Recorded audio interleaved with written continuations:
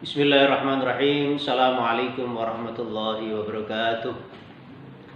Bismillah, alhamdulillah, wassalatu wassalamu ala rasulillah wa ala alihi wa sahbihi wa wala, la hawla wa la quwata illa billah.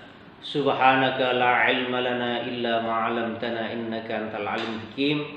Rabbi shrah li sadri wa yassir li amri wahlul 'uqdatam min lisani yafqahu qawli. Allahumma salli wa sallim ala sayyidina Muhammadin nuril kasari wa madadikal jari wa ajma'ni bihi fi kulli adwari wa ala alihi wa sahbihi nur, amma ba'du.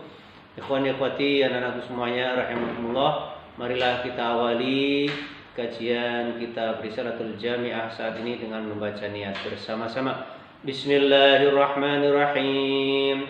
Nawaitu ta'alluma wa ta'lim wa tadhakkura wa tadhkir والنفع والانتفاع والإفادة والاستفادة والحث على تمسك بكتاب الله وسنة رسوله صلى الله عليه وسلم والدعاء إلى الهدى والدلالة على الخير ابتغاء وجه الله تعالى ومرضاته وقربه وثوابه سبحانه وتعالى على هادينية وعلى كل نية صالحة نوينا كون أسلافنا الصالحون في هذه المناسبة. الفاتحة.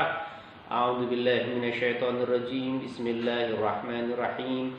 الحمد لله رب العالمين الرحمن الرحيم مالك يوم الدين إياك نعبد وإياك نستعين اهدنا الصراط المستقيم صراط الذين أنعمت عليهم غير المغضوب عليهم ولا الضالين. Amin. Bismillahirrahmanirrahim. Qala al-mu'allif rahimahullahu ta'ala wa nafa'ana bihi wa bi ulumihi fi darini amin. Ila anqal. Kita lanjutkan pertemuan saat ini, melanjutkan dari bab sebelumnya yang tentang bab yang kedua, faslun fil ibadati min fiqh syafi'iyyati, dari bab ibadah al-wudu yang berkaitan tentang wudu. Yang lalu kita bahas tentang keutamaan dalil wudu dan orang-orang yang selalu menjaga wudunya, dan juga furudul wudu, fardu-fardunya wudu yang ada 6, yang tersebut dalam Al-Quran ada 4 dan hadisnya Rasulullah ada 2. Dan yang terakhir ini tentang wudu, kita harus mengetahui dan menyempurnakannya dengan sunnah-sunnah wudu. Itu pertemuan yang lalu. Nah, sekarang kita lanjutkan. Wa in kana alaihi janabatun min mujama'atin aw khuruji maniyyin binaumin aw ghairihi lazimahul ghuslu jami'i badanihi ma'aniyati raf'il janabati. Di sini kita akan membahas wa in kana alaihi jama'atun atau wa in kana alaihi janabatun, dan apabila seseorang itu berhadas besar karena janabatun minal mujama'atin, ada memiliki janabah karena persetubuhan, au khuruji maniyyin, atau keluar sperma, air mani, binaumin au ghairihi, dengan sebab tidur atau yang lainnya, lazimahu ghuslu jami'i badanihi, maka ia wajib membasuh seluruh badannya, ma'aniyati raf'il janabati, dengan niat untuk menghilangkan janabah atau hadas besar. Pada pembahasan saat ini, orang itu ternyata kalau wudu, sesuatu yang diwajibkan wudu berarti dia berhadas kecil. Jadi definisi hadas kecil, sesuatu yang mewajibkan seseorang untuk wudu. Kalau hadas besar, yaitu sesuatu yang mewajibkan seseorang untuk mandi, itu adalah hadas besar. Nah, di sini disebutkan seseorang itu kalau memiliki hadas besar Salah satu contohnya hadas besar itu seperti hubungan suami istri, satu itu junub, atau dia keluar sperma baik sengaja atau tidak. Nah, dengan sengaja, mohon maaf kalau sampai ada seseorang yang melakukan onani atau masturbasi, itu termasuk janabah, termasuk memiliki hadas besar. Atau tanpa sengaja, yaitu dengan tidur, yaitu mimpi basah. Nah, ini yang dikategorikan hadas besar.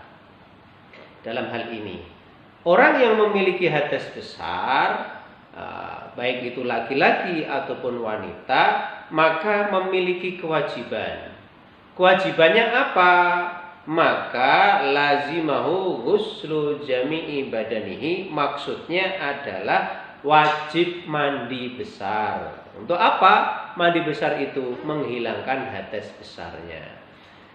Dalam hal ini, kalau kita tanya orang yang keluar mani atau sperma itu, ataupun dia itu hubungan suami istri, ternyata malah kita disunahkan sebelum mandi itu berwudu. Jadi rangkaiannya, sebelum mandi besar atau sebelum kita ini mengangkat hadas besar, raf'ul hadasil akbar, itu juga ada kesunahan wudu. Misal ada seorang suami istri setelah berhubungan, maka dia ketika musim dingin misalnya tidak mampu menahan dinginnya, tidak bisa menahan air yang sangat dingin. Kalau dia terkena air, seluruh badannya akan membuat dirinya kedinginan dan sakit, maka disunahkan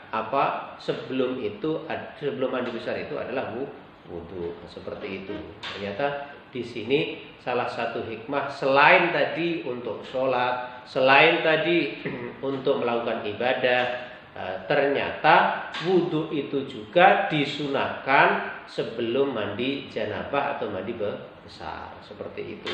Ini yang kategori dalam ulama Syafi'iyah.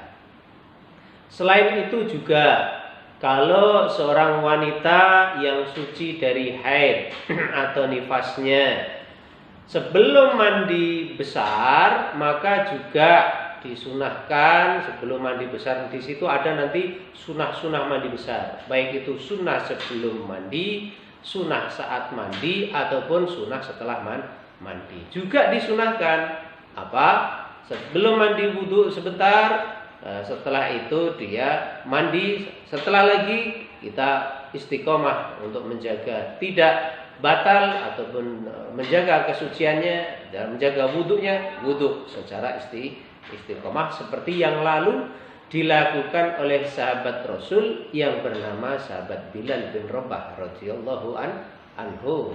Nah, ini salah satu keutamaan-keutamaannya. Nah, ini sedikit keutamaan yang wudu pun Masya Allah sebagai pengganti. Misalnya orang yang dalam musim dingin takut untuk mandi besar dan juga takut kena air wudu misalnya, apakah boleh mandi besar tadi sebelum mendapatkan air yang banyak ataupun sebelum dia ini mampu melakukan mandi?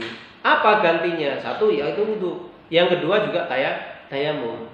Untuk apa? Untuk menghilangkan hadas besarnya itu dengan mandi besar. Namun dikhawatirkan karena sangat dinginnya, karena sangat cuacanya yang sangat ekstrim misalnya, maka menghilangkan itu paling tidak kita bisa wudu dan mandi. Nanti setelah selesai ataupun wudunya setelah beberapa saat dan dia mampu mandi, maka segera mandi. Di situ ini berkaitan dengan mandi wudu sebelum mandi besar, seperti itu.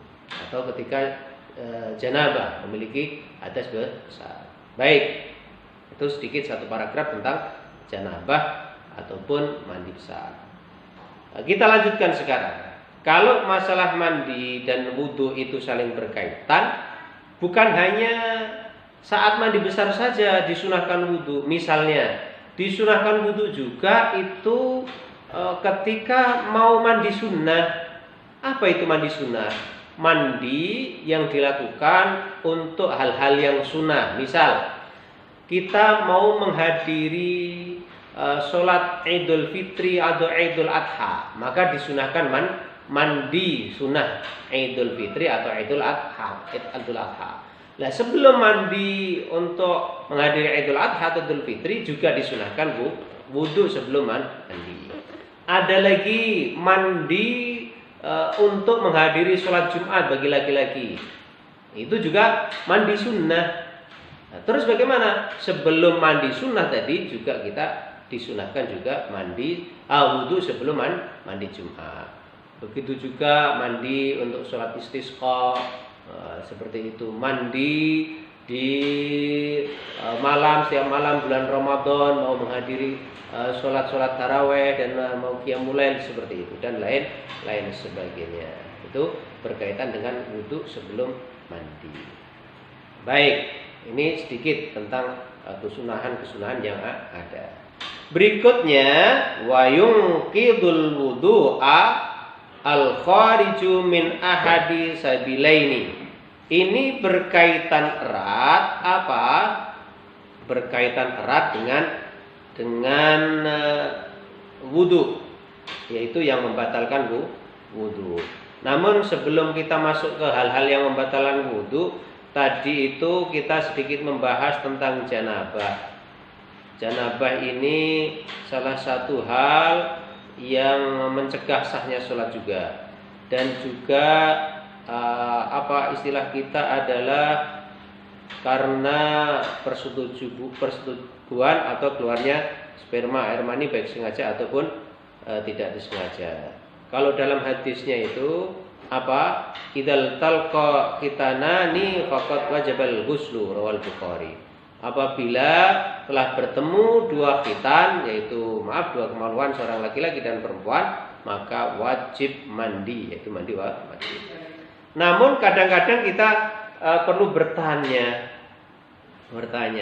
apa sih tanda-tanda kalau dalam fikih itu ada yang namanya mani, madi sama wadi, seperti itu. Kalau air mani atau sperma itu ada tanda-tandanya, ada ciri-cirinya.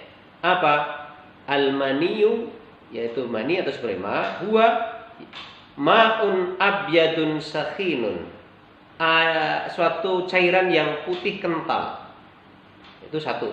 Berarti kalau kita nanti di bab fikih itu memang seperti ini, tahu tentang ciri-cirinya, bukan untuk orang pendidikan saja, untuk yang bersuami istri pun kadang-kadang harus mengetahui hal ini.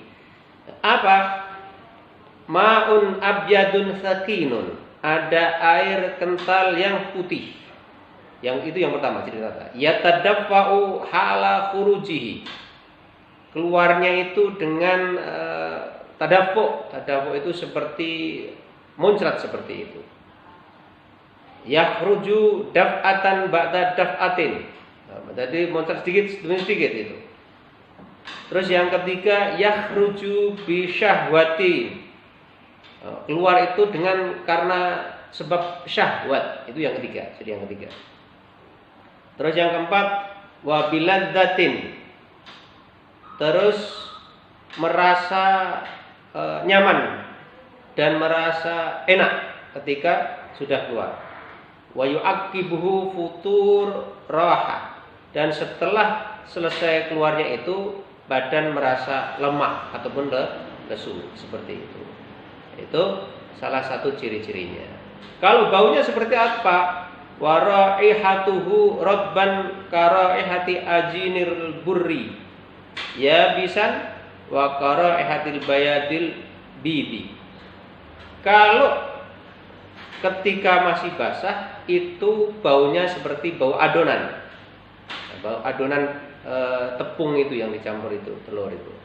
Kalau ketika sperma tadi kering, maka seperti putihnya telur.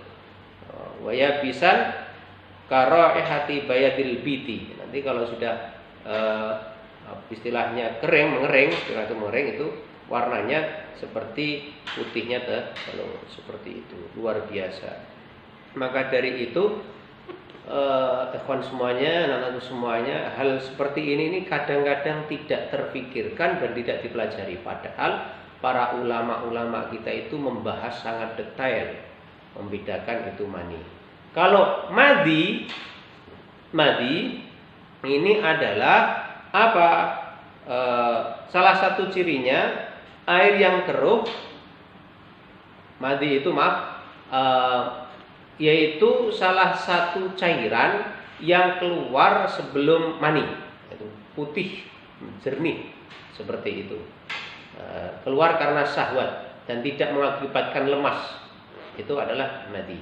Sedangkan wadi ini adalah air keruh yang keluar setelah buang air kecil atau setelah kencing. Itu makanya kita harus setelah kencing itu atau setelah buang air kecil itu harus istibra. Istibra itu menyuntaskan buang air kecil, baik itu dengan dehem, kalau seorang laki-laki atau perempuan harus dehem.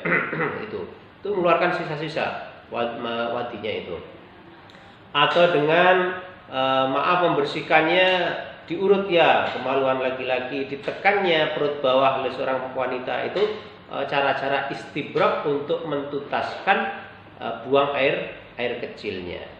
Karena ketika Rasulullah itu berjalan di salah satu makbarah ataupun makam, ada dua makam yang masih luar biasa barunya Rasulullah jalan seperti itu. Rasulullah mengatakan bahwasanya innahuma yu'adzibani, dua makbarah ataupun dua makam ini diadab oleh Allah. Wa ma yu'adzibani illa bil kabir, dan tidak diadab oleh Allah kecuali melakukan dosa-dosa yang sangat besar. Para sahabat bertanya, ya Rasulullah, apa yang dilakukan, dosa apa yang diperbuat sehingga dua makam ini diadab? Ternyata apa? Rasulullah mengatakan la yastabri'una minal baul, la yastabri'una minal baul. Ternyata dua makam tadi ketika hidupnya orang tadi tidak istibra, tidak mentuntaskan buang air kecilnya, sehingga kalau tidak tuntas itu bisa berefek apa? Bisa berefek nanti ketika dia pakai pakaian, maka apa? Maka akan menempel air wadi tadi ke pakaiannya.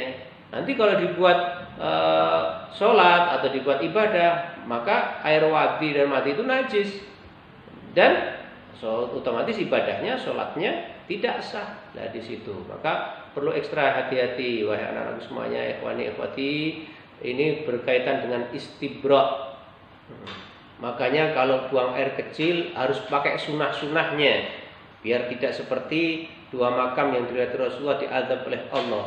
Terkadang banyak di antara umat ini ketika buang air kecil dalam keadaan berdiri, dan hal itu akan membuat percikan-percikan kepada pakaiannya, kepada badannya atau anggota tubuhnya, sehingga apa? Najis semuanya itu. Makanya ketika buang air kecil itu pakai sunah-sunahnya, dengan dalam keadaan duduk, jangan sampai dalam keadaan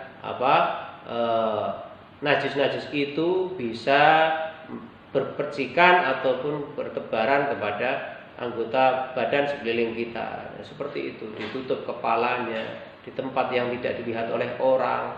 Sekarang ini banyak orang-orang buang air besar atau orang kecil malah dipamer-pamerkan, na'udzubillah, seperti itu.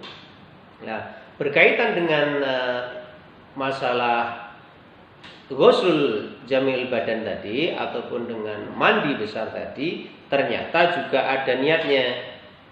Niatnya apa? Di sini disebutkan kalau kita mandi sunnah juga memiliki niat. Misalnya mau mandi sunnah Jumat, nawaitu ghuslu sunnatil Jum'ah, saya niat mandi sunnah Jumat, hari Jumat. Ada lagi kalau mandi wajib, nawaitu ghuslul wajib atau nawaitu fardul ghusli, saya niat fardul ghusl ataupun wajibnya mandi. Nawaitu raf'ul hadatsil akbar. Saya niat mengangkat hadas besar, atau lagi nawaitu raf'ul janabati. Saya niat mandi ini dengan mengangkat janabah. Di situ luar biasa bahwasanya Rasulullah kecil apapun kita diajari. Laqad kana lakum fi Rasulillahi uswatun hasanah liman kana yarjullaha wal yawmal akhir. Kalau kita ingin mendapatkan kebahagiaan dunia dan akhirat, itu paling tidak ikut dengan suri toladannya Rasulullah yang diajarkan kepada kita. Sekecil apapun, dari hal yang kecil Rasulullah kita diajari, baik itu dari mandi, dari berwudu, keluar kamar mandi, masuk kamar mandi, mau tidur, bangun tidur, bahkan sampai hal seperti itu pun kita diajari oleh Rasul kita Muhammad Sallallahu Alaihi Wasallam. Ikhwani rahimakumullah. Tadi kita sedikit baca tentang nawaqidul wudu, tentang hal-hal yang membatalkan wudu. Insya Allah nanti pertemuan yang akan datang kita bahas apa saja hal-hal yang berkaitan dengan wudu dan yang membatalkan wudu, supaya wudu kita itu sah, supaya wudu kita itu terjaga, supaya kesempurnaan wudu kita ini tetap dalam ada diri kita, sehingga tidak hanya sembarangan kita. Makanya baca kita kitab-kitabnya ulama-ulama terdahulu, sehingga kita akan paham agama Islam ini secara sempurna. Untuk itu kita akhiri, subhanakallahumma wa bihamdika asyhadu an la ilaha illa anta astaghfiruka wa atubu ilaik. Assalamualaikum warahmatullahi wabarakatuh.